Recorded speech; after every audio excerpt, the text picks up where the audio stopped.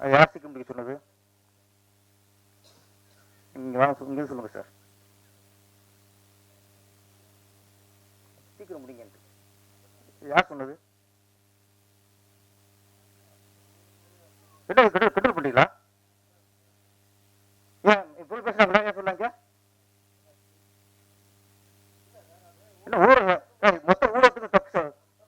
ஊழல் பண்றது மொத்த ஊழலுக்கு தப்பா போயிடும். பேச ஆரம்பிச்சு யாரும் கிட்ட பண்ணிக்கலானுங்க. இது முதல் மேடை இல்லை. அப்போ சொல்றேன், உங்களுக்கு லேட் ஆச்சுன்னா நீ கிளம்புங்க. அது வேலை இருக்கும் உங்களுக்கு. உங்களை கட்டாயப்படுத்தல. ஆரம்பிக்கும் போதே சூடேற்றி விட்டுறது. இல்லை நீங்கள் சார் பத்திரிகையாளர்கள் நீங்கள் கொஞ்சம் கவனிச்சுங்க. இதை மொத்தம் எல்லாருக்கும் இது ஒரு அநாகரமாக செய்யறது. நீங்கள் பார்த்துக்க. நீங்கள் நான் ஏன் இவ்வளோ பொறுமையாக இருக்கேன்? நமக்கு இது 10 100 இருக்கலாம். இவங்களுக்கு இது முதல் மேடை. எல்லாரும் கூப்பிட்டு கௌரிக்கும் போது நான் பொறுமை உட்காந்துருக்கேன்ல. ஏன்? இது அவங்க ஃபங்க்ஷன், அவங்க சந்தோஷம், அவங்க கொண்டாடுறாங்க.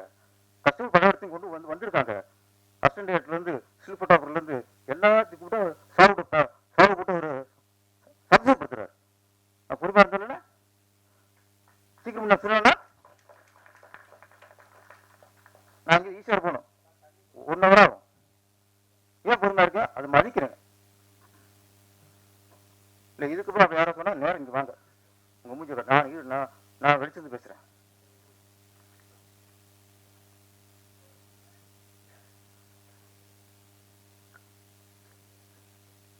விஜயமுல் சார் நீ பார்த்துங்க. இல்லைன்னா அப்படியே கூப்பிடாது. இனிமே கிண்டலா போச்சு.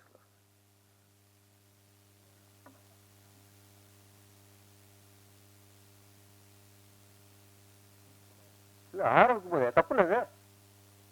விளையாட்டா உங்களுக்கு? இல்லை சார், ஒரு ஃபங்க்ஷனுக்கு ஒரு பிஆர்ஓ எல்லாரும் அப்ரூவ் பண்ணி கொண்டு வந்து ஃபங்க்ஷன் நடத்த எவ்வளோ பிரச்சனை தெரியுமா உங்களுக்கு? ஒரு விஐபி உங்களுக்கு ட்ரெஸ் கூப்பிடாங்க தெரியுமா உங்களுக்கு?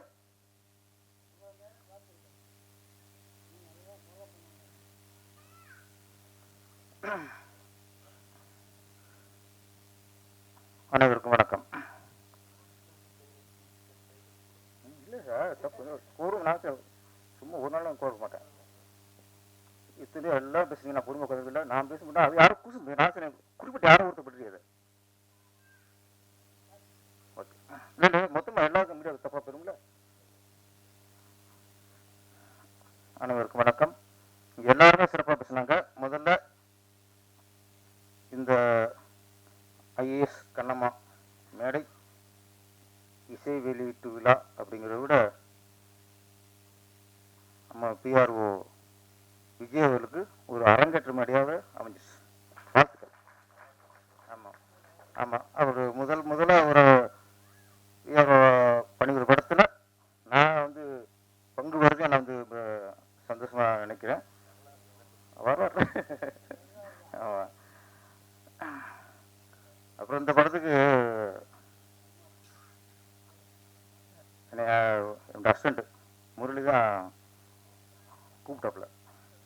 சார் இந்த படம் சார் ஐஏஎஸ் கண்ணம்மான் படம் நீங்கள் வரணும்ட்டு. நான் ஏற்கனவே 2 நாள் தொடர்ந்து வந்துக்கிட்டு இருக்கேன். இது தொடர்ந்து 3வது நாள். நான் அப்போ வரலேட்டேன். முதல்ல தொடர்ந்து இருக்குது. இன்னொன்று டிப்ஸ் நிறைய மீட்டிங் இருக்குது. மேதினத்தோட வேலைகள் நடந்துக்கிட்டு இருக்குது. அது ஒரு போயிட்டுருக்கு. செல்வம் சார் கோச்சு போகிறோம் அப்படின்ட்டு நான் இந்த படம் விட்டுருவோம். நேஷனல் சின்ன பக்கம் பேக்ஸ் வந்துடுது. நான் அப்புறம் திருப்பியும் அவர் விடலை. இல்லை சார் நீங்கள் தான் வேணுங்கிறாங்க, நம்ம கேட்குறாங்க சார்ன்ட்டு. சரி ஓகே அப்படின்னு பேரண்ட்ஸ் அன்பாக கூப்பிட்றாங்களே நினச்சேன். அப்புறம் தான் தெரிஞ்சது நம்ம ராஜசோழன் வந்து ஒரு ஈக்குவேஷன் கூப்பிட்டுருக்காரு. நம்ம கிட்ட அஸ்டாண்ட் சேர்த்து ட்ரை பண்ணோமே, நம்மளை சேர்த்துக்கலையே. நம்ம ஒரு படம் எடுத்து அதை முடிச்சு அவரே கூட்டி உட்கார வைக்கணும் அப்படின்னு உள்ள ஒரு திட்டம் தான். பெரிய திட்டம் தான் அது. இப்போ ஒரு பேச தெரிஞ்சுது. ஆமாம், நான் அவாய்ட் பண்ணல சார், என்ன உங்களை சந்திக்காமல் இருந்திருக்கோம். ஆமாம், ஆனால் நான் ஒரு புரிஞ்சுக்குங்க, இண்டஸ்ட்ரியில் சேர்ந்து அசிஸ்டண்ட்டாக இருந்து படம்லாம் லேட்டாக இருக்கணும் உங்களுக்கு. இப்போ சீக்கிரம் வந்துட்டீங்க நீங்கள். ஏன்னா யாரும் சேர்த்துக்கலன்னு ஒரு வெறி வரும். ஏன்னா என்னைய சேர்த்துக்கல, நீங்கள் என்ன உள்ள விடலை, வந்து காட்டணும் பார். எவனுக்கு ஒரு வெறி வருதோ அவன் சீக்கிரம் டேரக்டர் ஆகிடுவான். எவனுக்கு ஒரு வெறி வருதோ உட்காந்து இருப்பான். உங்களுக்கு அந்த வெறி வந்ததுனால நீங்கள் டேரக்டர் ஆகிட்டீங்க. ஓகே, இப்போ தான் நான் ஏன் வந்துங்கிற விளக்கம் எனக்கே தெரிஞ்சு, காரணம் தெரிஞ்சு போச்சு. வாழ்த்துக்கள் சார், வாழ்த்துக்கள். ஆமாம், டி ராஜனுக்கு அப்புறம் கதை, திரை, வாசனம், இசை, பாடல்கள், டைரக்ஷன், தயாரிப்பு, நடிப்பு எல்லாம் அடுத்த டிஆர் தான் நீங்கள். ஆமாம் ஆமாம், பிஆர் ஒன்று விட்டு வச்சுனாப்புல, அது அவர் நாங்கள் விட மாட்டோம்ல, விஜயமுறை விட மாட்டார். ஜான் நல்லா பேசினார். ஆனால் நிறைய விஷயங்கள் லைஃப் ரொம்ப அடிபட்டுருக்காரு. ஆமாம், ரொம்ப மிதிப்பட்டுருக்காரு. ஆமாம், வாழ்க்கையில் அந்த மாதிரி வந்தவங்களும் அந்த மாதிரி பேச முடியும். ஆமாம், அவங்க சொன்னார் நல்லா, நமக்கு பின்னாடி குறை பேசுகிறவங்கள கண்டுக்காத அப்படின்ட்டு. முன்னாடி குறை பேசுறவங்களும் மதிக்கணும். ஏன்னா இவங்களா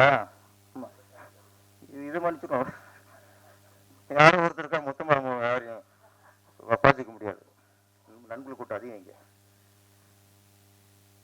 அதே மாதிரி எப்படி பின்னாடி யார் குறை சொல்கிறாங்களோ அதை எப்படி மைண்ட் ஏற்றக்கூடாதோ, அதே மாதிரி நம்ம முன்னாடி நம்ம பூணு சொல்கிறாங்கல்ல, அதை மைண்டில் ஏற்றவே கூடாது. பின்னாடி குறை சொல்கிற மோசம் யாருன்னா நம்ம பொழுது ஏற்றி விட்டுருவோம். நம்ம உண்மை நம்மளும் வச்சுக்கல, முடிச்சு லைஃப். ஆமாம், புகழ்றதான் நாளைக்கு நம்ம காலை வருவான். அதனால் எங்கே அதிகம் புகழ்றானோ அதை இவன் புகழ்றது கரெக்டாக அப்படின்னு நம்ம யோசிக்கணும். கரெக்டாக தான், ஓகே பரவாயில்ல. இவன் நம்ம தகுதிக்கு மீறி புகழ்றானோ, நம்மளை வேற எங்கேயோ தூக்கி வைக்கிறானோ அப்படிங்கும்போது அப்போ அவனுக்கு உஷாராகணும். ஒரு இடம் ஒரு வங்கி தான். நம்மளை எவன் நம்ம தகுதிக்கு மீறி பேசுகிறாங்களோ அவங்கள கொஞ்சம் விலகி இருக்கணும். அவங்களை விலக்கி வைக்கணும், நம்ம விலகி இருக்கணும். அதான் ஜான் சார் நல்லா நிறைய விஷயங்கள் எனக்கே ஆமாம்ல அப்படின்னு தோணுச்சு. அப்புறம் விஜயமுறை சார் இல்லைக்கா, அது குட்டி கதை, குட்டிங்க கதை. எங்கிட்டு தான் யோசிச்சு வரும். அங்கே படத்துக்கு ரூம் போட்டு யோசிச்சு கூட உங்களுக்கு காட்டு வர மாட்டேங்குது. கோர்ட்டில் போய் ஜட்ஜியே வளர்க்குற அளவுக்கு ஒரு விஷயத்தை வைக்கிறாரு. நிறைய சமாச்சாரம் அவர்கிட்ட இருக்கு. அது புரியலையா? நான் சொல்றேன், இது நல்லவங்களுக்கு புரியாது. ஒழுங்கா வாழ்றாங்கல்ல அவங்களுக்குலாம் அவங்க புரியாது. ஆமா, அது கொஞ்சம் இந்த பெண் பித்தர் இருப்பாங்களே அவங்களுக்கு, அவங்க தான் கதை உருவாக்குவாங்க, அவங்களுக்கு புரியுது. ஆமா, அதே மாதிரி அவர் விஜயமுரளி சார் தூப்பாளி ஏதோ கூப்பிட்டாங்கிட்ட வீட்டில் தப்பா நினச்சிட்டு போகிறாங்க, நல்ல வேலை அப்போ மாட்டார். அங்கே தப்பா நினச்சிருக்க மாட்டாங்க. நீங்கள் ஜெயந்தி மேடத்தை நீங்கள் கதாநாயகி நடிக்க சொல்லிக்கிறீங்களா, அந்த வீடியோ பார்ப்பாங்க, அங்கேயும் தப்பா நினைப்பாங்க. நான் ஒவ்வொருத்தரும் பேசும்போது நான் பக்கத்தில் நான் பேர் கேட்டுக்கிறேன், அவங்க பேர் என்ன, அவங்க பேர் என்னன்ட்டு. ஆனால் அது மனப்படம் வச்சிருக்காரு சார். ஜெயந்திங்கிறாரு, காயத்ரிங்கிறாரு, கோமல் சர்மாங்கிறாரு. என்ன ஜெயந்தி சத்தியா கட் பண்ண கடைசியா ஒரு ஜெயந்தின்னு பிக்ஸ் பண்ணியிருக்காரு. ஜெயந்தி தான். அதான் அப்ப இங்க மற்ற ஆண்கள் பேர் பேருங்க தெரியாது, கேமரா பேருங்க தெரியாது, எடிட்டர் பேர் பேருங்க தெரியாது, இங்க இருக்க பொம்பளை பேர் மட்டும் தெரியும். ஆமா, அப்படியே குட்டி கதை வராது. நான் சார் சீக்கிரமா அவர் கவிதை போட்டிருக்காருல்ல, நீங்க சீக்கிரம் குட்டிங்க கதைக்கிட்டு ஒரு புக்கை கொடுங்க சார், நாங்க படிச்சது தெளிவாய்க்கிறோம். ஐஏஎஸ் கண்ணம்மா. கண்ணம்மாங்கிறது தமிழ்நாட்டில் ஒரு வீரியமான பெயர். கண்ணம்மா அது பாரதியார் அவர் ஒரு கனவு, புதிய புதுமை பெண் அது. அந்த பெண்ணுக்கு உருவம் இல்லை, ஒரு ஒரு கண்ணமான ஒரு கற்பனை பெண்ணு அது. அவருடைய கற்பனைக்குத்தான் அந்த கண்ணம்மாங்கிற பேருக்கு உருவம் இல்லையே தவிர, அந்த கற்பனை கண்ணம்மாவுக்கு தமிழ்நாட்டில் நிறைய பேர் உருவம் கொடுத்துருக்காங்க. யாரெல்லாம் டாக்டர் ஆனாங்களோ அவங்கெல்லாம் கண்ணம்மா தான். யாரெல்லாம் ஐஏஎஸ் ஆனாங்களோ அவங்கெல்லாம் கண்ணம்மா தான். யாரெல்லாம் போலீஸ் அதிகாரி ஆனாங்களோ அவங்கெல்லாம் கண்ணம்மா தான். யாரெல்லாம் ஒரு எழுத்தாளர் ஆனாங்களோ அவங்கெல்லாம் கண்ணம்மா தான். இங்க முன்னேறின எல்லா பெண்களுமே கண்ணம்மா தான். இந்த ஐஏஎஸ் கண்ணம்மா, அதுவும் பாரதியாரியன் கண்ணம்மா தான்.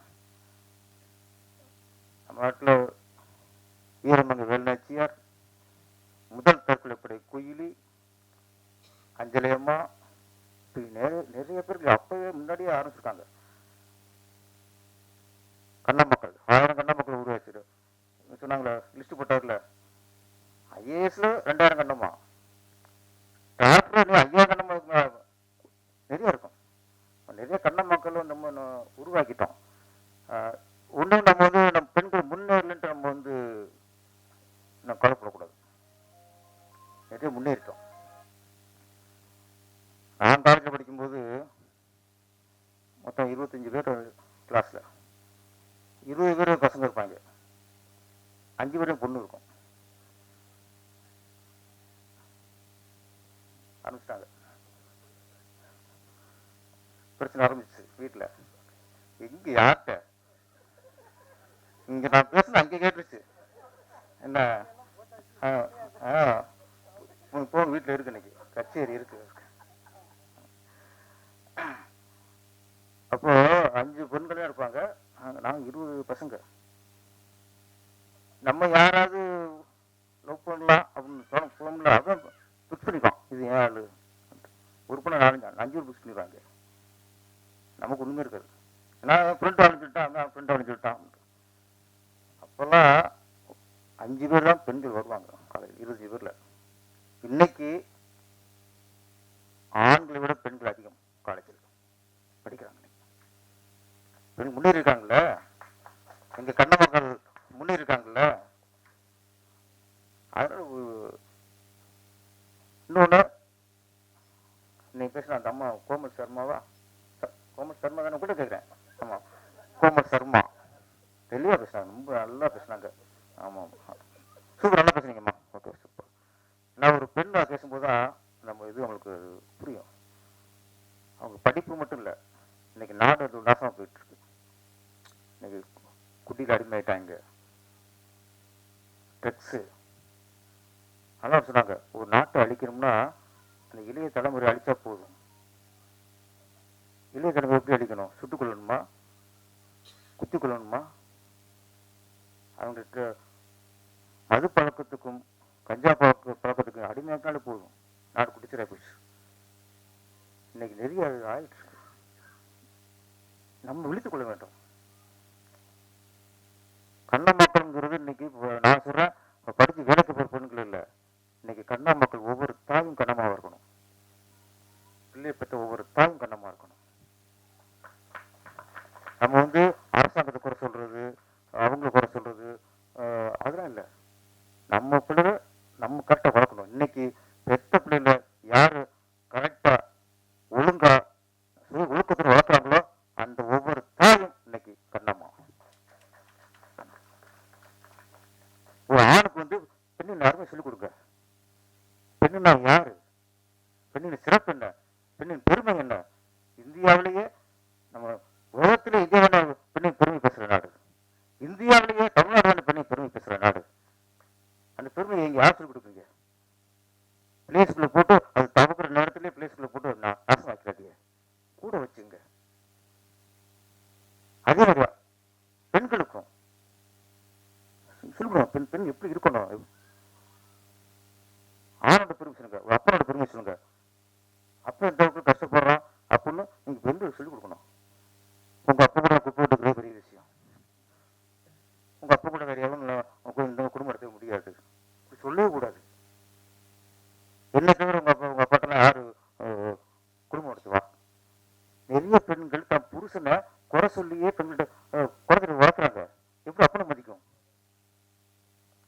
அதே மாதிரி அப்பாக்கள் குழந்தைகளிடம் அம்மா மட்டும் தட்டுறது, அம்மா தனக்கு தெரியல, அது தெரியல, இது தெரியல.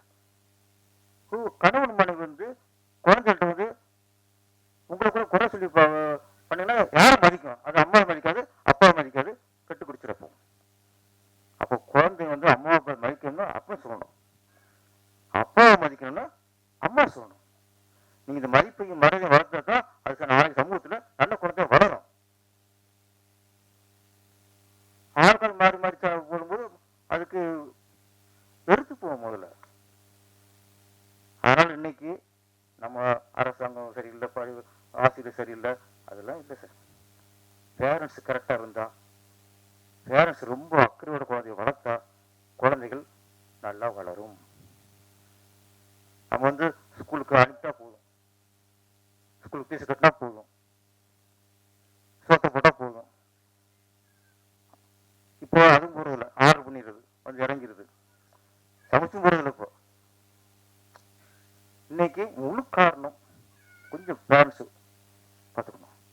அதனால சொல்றேன், ஒவ்வொரு அப்பனும் பாரதியார், ஒரு அம்மாவும் கண்ணம்மா. அப்படி மாறினாத்தான் குழந்தைகள் ஆரோக்கியமாக வளரும். அவர் ஃபர்ஸ்ட் படம் பண்ணிருக்கலாம், அவர் பார்க்கும்போதே பாரதியமாக தான் இருக்கு. அப்புறம் எந்த அளவுக்கு அவர் அதில் ஊறி போயிருக்காரு. பாரதியாரோட அந்த எண்ணத்திலையும் பாரதியோட அந்த கருத்திலையும் அவர் அதுலேயும் ஊறி போனதுனாலதான் அவருக்கு அந்த பாரதியார் நினைச்சிருக்காரு. அவருக்கு பாரதி நினைச்சுதான் அவர் உட்காந்துருக்காரு. அதனால கண்ணம்மான்னு பேர் வைக்கிறாரு. முதல் படத்துல நல்ல கருத்து சொல்லியிருக்கீங்க, பெண் கல்வி வேண்டும், கஞ்சாவுக்கு சொல்லியிருக்கீங்க, வாழ்த்துக்கள் சார். அது மாதிரி இந்த படத்தில் கண்ணம்மா பண்ண விஜயமன் சார், உங்க பேர் என்ன சொல்லுங்க? பென்சி என்ன? ஃப்ரெண்ட்ஸி நல்லா பண்ணிருந்தாங்க. அவங்க ஆக்சுவலி டோபியோட மகளான்னு நினைக்கிறேன், கதையில் டோபி மகளாக நடிச்சிருக்காங்க. அந்த காலத்தில் அந்த குழந்தையாட்டுக்கும் சரி, குழந்தை நல்லா நடிச்சிருந்துச்சு. நேத்ரா குழந்தைங்க பேர் நான் வச்சிருப்பேன். அந்த பெரிய அந்த வந்து அது அவங்க டிபார்ட்மெண்ட் நேத்ரா நல்லா இருந்துச்சு. ஆமா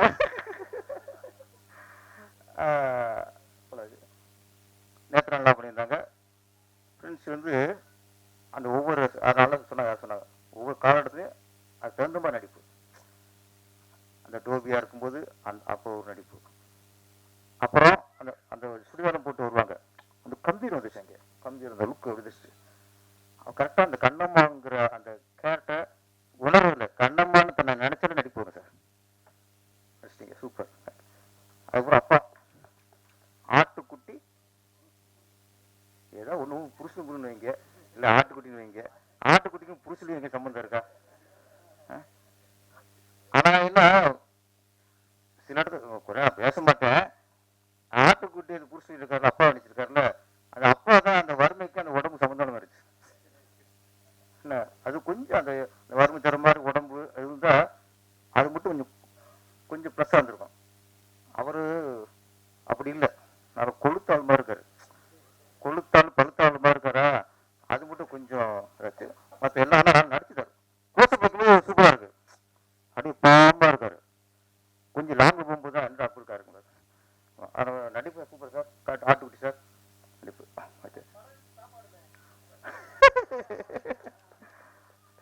உங்களுக்கு டோபினால பழகுடி சாப்பாடு தான், அந்த காலத்தில் அப்படிதான் இருக்குது. மற்றபடி கேமராமேன் இருக்கு, மியூசிக் சூப்பர் சார். அரவிந்த் பாலாவா நல்லா பண்ணு, அரவிந்த் பாலா நல்லா பண்ணியிருந்தீங்க. பாபு, அரவிந்த் பாபு, ஆமாம் லிரிக்ஸாக நான் புரியுற மாதிரி மியூசிக் போட்டிருந்தீங்க. கேமரா, எடிட்டிங், எல்லா டோட்டல் யூனிட்டும் ஓகே. இந்த படம் கண்ணம்மா மிகப்பெரிய வெற்றி அடையணும். கண்ணம்மான ராசியானது அப்பவுமே பாரதி கண்ணம்மா மிகப்பெரிய ஹிட்டு. ஆனால் என்னன்னா அது பாரதி கண்ணம்மா இல்லை, அது சேரன் கண்ணம்மா. பாரதி கண்ணம்மா இருந்தால் அந்த பொண்ணு இறந்துருக்காது. பாரதி கண்ணம்மா படத்தை மீனா கேட்டு இறந்துருக்காது அந்த கண்ணம்மா, அது சேரன் கண்ணம்மால இறந்துருச்சு. அது மாதிரி இன்னொன்று அனிதா நீட்டில் ஃபெயிலாக போச்சுன்னு இறந்தாங்க. அந்த மாதிரி பெண்கள் பெண்களுக்கெல்லாம் நம்ம வந்து விழிப்புணர்வு கொடுக்கணும். தேர்வு வந்து தோல்வி அடைகிறதுலாம் வெக்ஸ் ஆகக்கூடாது. அவங்களுக்கு விழிப்புணர்வு கொடுக்கறது அவங்களோட கடமையை தவிர அவங்களுக்கு இன்னும் என்கரேஜ் பண்ண மாதிரிலாம் யாரும் பண்ணக்கூடாது. அது கண்ணமாக இருக்க முடியாது. ஒரு தேர்தலில் தோல்விஞ்சினாலும் ஒரு பொண்ணு இறஞ்சினா அது பாரதி கண்ட கண்ணமாக இல்லை. பாரதி கண்ட கண்ணம்னா எல்லாம் போராடி ஜெயிக்கணும். இந்த படமும் ஜெயிக்கும். டோட்டல் யூனிட்டுக்கும் நல்ல பேர் எடுத்துறோம். நன்றி, வணக்கம். அனைவருக்கும் வணக்கம். இந்த கால பாரதி மாதிரி இருக்கிற அவர் கண்ட கனவு பழிச்சிருச்சு. நீங்க சாதிச்சிட்டீங்க சார். ரொம்ப பிடிச்சிருக்கு. ட்ரைலர் அண்ட் சாங்ஸ் எல்லாமே நல்லா இருக்கு. எனக்கு இதுல வாய்ப்பு கொடுத்ததுக்கு ரொம்ப நன்றி சார். மேலும் மேலும் நீங்க நிறைய படங்கள் இந்த மாதிரியான மோட்டிவேட் படம் எடுக்கணும்னு நான் விருப்பப்படுறேன். இந்த படம் நிச்சயமா வெற்றி பெறும். நான் கடவுளை வேண்டிக்கிறேன். நன்றி. எல்லாருக்கும் மாலை வணக்கங்கள். என்னோட ஒரு ஜஸ்ட் வேண்டுகோள், கொஞ்சம் ஒரு நிமிஷம் மட்டும் நீங்க பெல்காம் அட்டாக்ல சர்வைவர்ஸ்க்கும் அங்கே வெளியான பீப்புளுக்கு கொஞ்சம் கேன் வி டிஸ்ட்ரிபியூட் புது டேலண்ட்ஸை வந்து ப்ரமோட் பண்ணுவாங்க. நானே நிறைய வாட்டி வந்து பார்த்துருக்கேன். அவங்களோட ஸ்டூடெண்ட்ஸ், அவங்க அசிஸ்டன்ட்ஸ் வந்து பயங்கரமாக வந்து இப்போது கலக்கிட்டு இருக்காங்க இண்டஸ்ட்ரியில். இந்த படத்தில் வந்து நம்ம ராஜேஷ் சோழன் சார் வந்து ரொம்ப பிரமாதமாக 3 விஷயம் வந்து பேசியிருக்காங்க. கல்வி பற்றி ரொம்ப இம்பார்ட்டண்ட்டாக பேசியிருக்காங்க. ட்ரக்ஸ், இப்போ இருக்கிற யங் ஜென்ரேஷனோட மைண்ட் வந்து எப்படி கரெக்ட் பண்ணுறாங்க ட்ரக் வச்சுட்டு. அண்ட் 3வது விஷயம் வந்து உமன் எம்பவர் பண்ணுறதுக்காக அவங்க பண்ணியிருக்காங்க. இப்போ நம்மளோட நாடு வந்து ரொம்ப பவர்ஃபுல் ஆக்குறதுக்காக உமன் வந்து எவ்வளோ இம்பார்ட்டன்ட்னு நமக்கு தெரியும். ஆனால் விமன் எஜுகேஷன் பற்றி பேச போனோன்னா இன்னமும் வந்து இந்தியாவில் பார்த்தீங்கன்னா ஒன்லி ப்ரைமரி எஜுகேஷன் வரைக்கும் சில ஸ்டேட்ஸில் நீங்கள் பார்த்தீங்கன்னா even secondary education like primary education up to 5th standard, secondary education up to 10th standard வரைக்கும் இருக்குது. ஆனால் அவங்க எல்லாருக்குமே தெரிஞ்ச ஒரு விஷயம் என்னென்னா 10வது படிச்சுட்டு எந்த ஆர்கனைசேஷன் அவங்களுக்கு வந்து வேலைக்கு வைப்பாங்க. ஸோ என்னோட வேண்டுகோள் என்னன்னா, ப்ளீஸ் காலேஜ் வரைக்குமே ஃப்ரீ எஜுகேஷன் கொடுங்க. அப்போ தான் நம்மளோட உமன் வந்து இன்னமும், ஏன்னா அவங்களோட ஒரு பையன் இல்லை பொண்ணுன்னா அஃப்கோர்ஸ் பையனை தான் அவங்க படிக்க வைப்பாங்க, பொண்ணை வந்து அவங்க கல்யாணம் பண்ணி கொடுத்துடுவாங்க. ஏன்னா அந்த ஒரு இப்போ இந்தியாவில் இருக்கிற எஜுகேஷனோட செலவு அவ்வளோ அதிகமாக இருக்குது.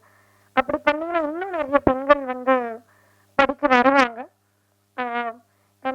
உமனோட நீங்கள் எஜுகேஷன் பார்த்தீங்கன்னா இப்போ அந்த பெஹல்காம் அட்டாக் கூட நடந்துட்டு இருக்கிற விஷயங்கள் வந்து அந்த டெரரிசம் ஆர்கனைசேஷன்ல நீங்கள் பார்த்தீங்கன்னா எல்லாம் அங்கே இருக்கிற பிகர் லீடர்ஸ் வந்து படிச்சிருப்பாங்க. ஆனால் படிக்காத பீப்புள் தான் இது போயிட்டு அதை ஹியூமன் பாமா அப்படியெல்லாம் அவங்களோட மைண்ட் கரெக்ட் பண்ணிட்டு, எஜுகேஷன் இருந்தால் அவங்க மைண்ட் செட் வந்து இப்படி மாறாது. எஜுகேஷன் இருந்ததுன்னா இன்னமும் காஷ்மீர் வந்து டெவலப் ஆகிருக்கும். ஸோ எஜுகேஷன் வந்து ரொம்ப ரொம்ப இம்பார்ட்டன்ட். இன்னமும் சில இந்தியாவில் சில இடத்துல, இன்னும் வேர்ல்டோட சில இடத்துல டெரரிஸ்ட் ஃபர்ஸ்ட் அட்டாக் பண்ணுற இடமே வந்து ஸ்கூல்ஸ் அதுதான் இருக்குது. அதோட ஒன் எக்ஸாம்பிள் வந்து மலாலா யூசுப்ஸாய், அவங்கள வந்து நான் எஜுகேஷன் எடுப்பேன்னு சொல்கிற இடத்துல போயிட்டு அவங்கள சுட்டிருக்காங்க. அவங்கள மட்டும் எஜுகேட் பண்ணாமல் இன்னும் நிறைய லேடிஸை வந்து எஜுகேட் பண்ண ட்ரை பண்ணாங்க. அவங்கள சுட்டாங்க. ஸோ இன்னமும் வந்து அவங்க எஜுகேஷன் வந்து ஸ்ட்ரகிளாக இருக்குது. இப்போ இன்னைக்கு நமக்கு எஜுகேஷன் ரொம்ப சாதாரணமாக கிடைக்குது. நம்ம நினைக்கிறோம் ஓகே நான் எதுக்கு இன்னைக்கு ஸ்கூல் போனால் இன்னைக்கு கட் அடிச்சிடலாம். ஆனால் இன்னமும் நிறைய பெண்கள் வந்து ஸ்ட்ரகிள் பண்ணுறாங்க. ஒரு நாளாவது எங்களுக்கு கல்வி கிடைக்குமான்னு சொல்லிட்டு அவங்களோட வாழ்க்கையை வந்து ரொம்ப டார்க்னஸாக இருக்குது. செகண்ட் விஷயம் வந்து இந்த படத்தில் பேசின விஷயம் வந்து ட்ரக் அப்யூஸ் பற்றி. ஒரு நாடு வந்து நீங்கள் அழிக்கணும்னா அதோட யூத்தை நீங்கள் அழிச்சிங்கனாலே போதும். நீங்கள் வர ஜென்ரேஷன்லாம் திருப்பி வரவே முடியாது. அது வந்து நீங்கள் அணுகுண்டு போட்டுட்டு இல்லை இது எல்லாம் பண்ணிட்டு இல்லை. நம்மளோட யங்ஸ்டர்ஸ் பார்த்தீங்கன்னா அவங்களுக்குள்ள அவ்வளோ திறமை இருக்குது. ஆனால் அந்த திறமைக்கு ஒரு திசை இல்லை.